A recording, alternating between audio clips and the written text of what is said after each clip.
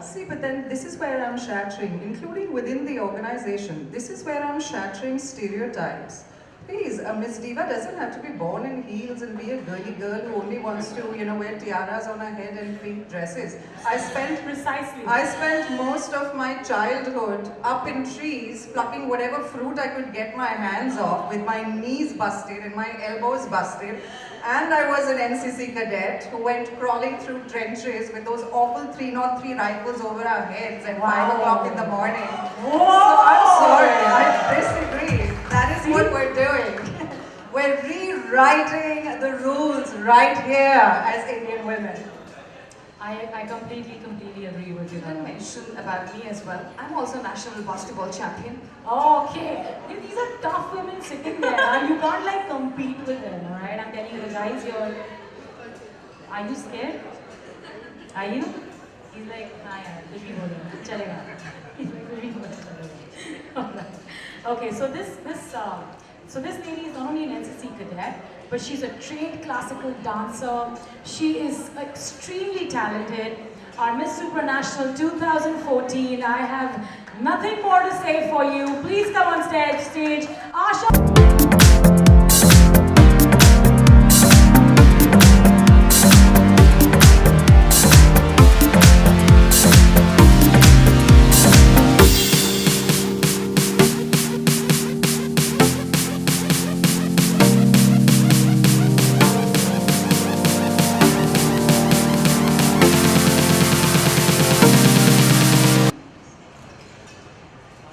She looks there, she's yet like this tough chick, but we're really proud of you, Asha. Please go ahead and speak whatever you feel like, because once you start, you don't stop. So go ahead. Really? Is that the case? Yes.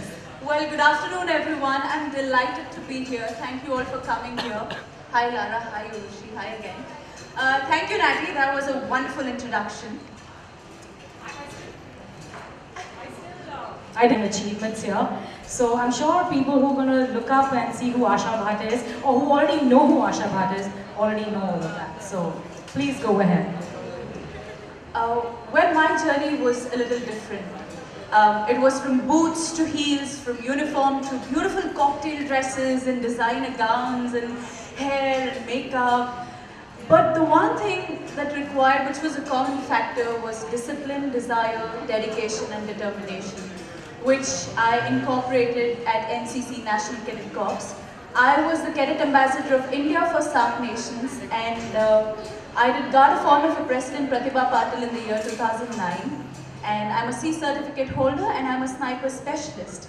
And I'm an engineer as well. So never in my life I've imagined wearing the crown, probably walking the ramp, or I had no clue about what's a head ramp, mid ramp, or the start of the ramp. I had no clue how to wear my mascara or what are like lashes, acrylic nails, absolutely no idea.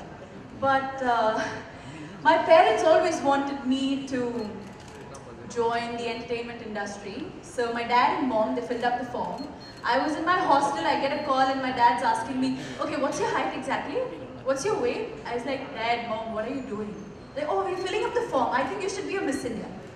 And like, what in the wildest dream made you think I could be a Miss India? I mean, I can do march past, left, right, I can be like a parade commander.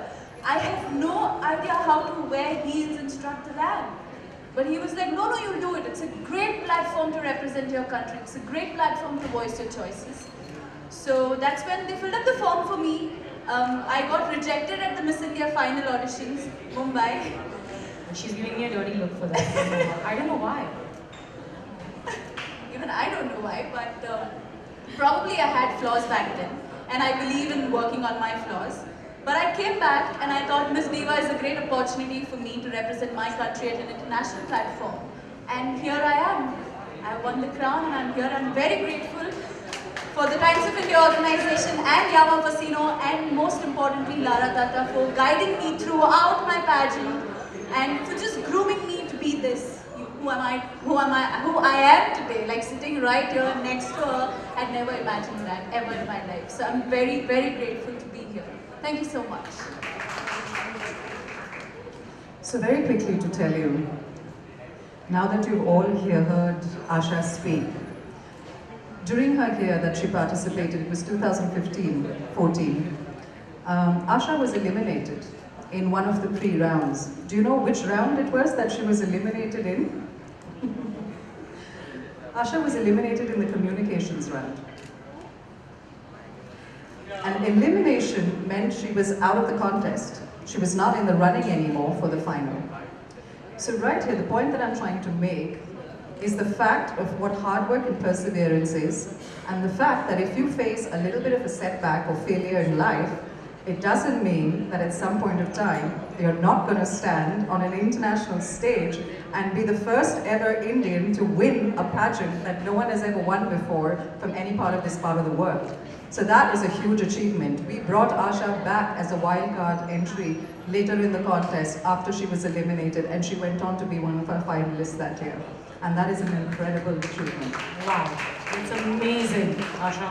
In fact, you know, at Miss Supranational, the organization, they keep calling her back. They call her beauty without makeup because they have seen all made-up beauties, you know, from other different countries. I shouldn't use that word made-up, but you know, it's individual choices. But when they see Asha, they see a real person, and that's amazing, commendable. Thank you. Thanks a lot. What I'm going to do is I'm going to quickly call upon our last panelist and guest for the evening, who has made her presence here. She is the current title holder, the second runner-up at the Yamaha Fascino Miss Diva Pageant 2016, who will be passing on the crown to her successor. She has studied her master's degree in English literature. She was a training sub-editor at the Shillong Times. She represented the northeast region of India, and that is an immense, immense joy that she actually won, you know, one of the crowns last year. You know, usually Northeast as a section is something that we need to kind of encourage as Indians as well, because they are beautiful. Aren't they beautiful? Yeah.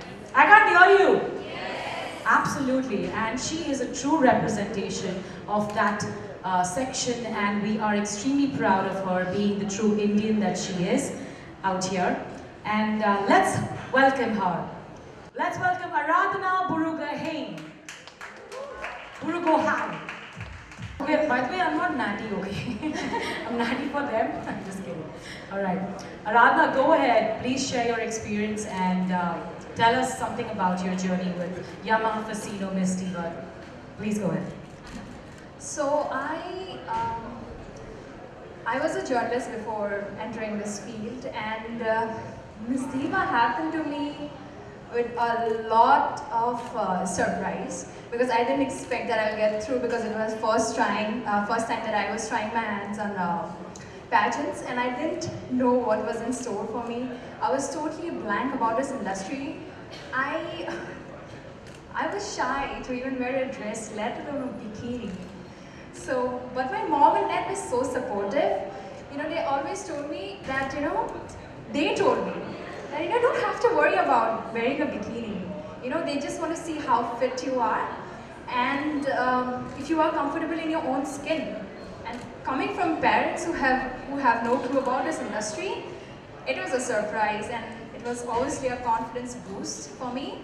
And then I, you know, decided to make every moment count, to learn everything that came my way.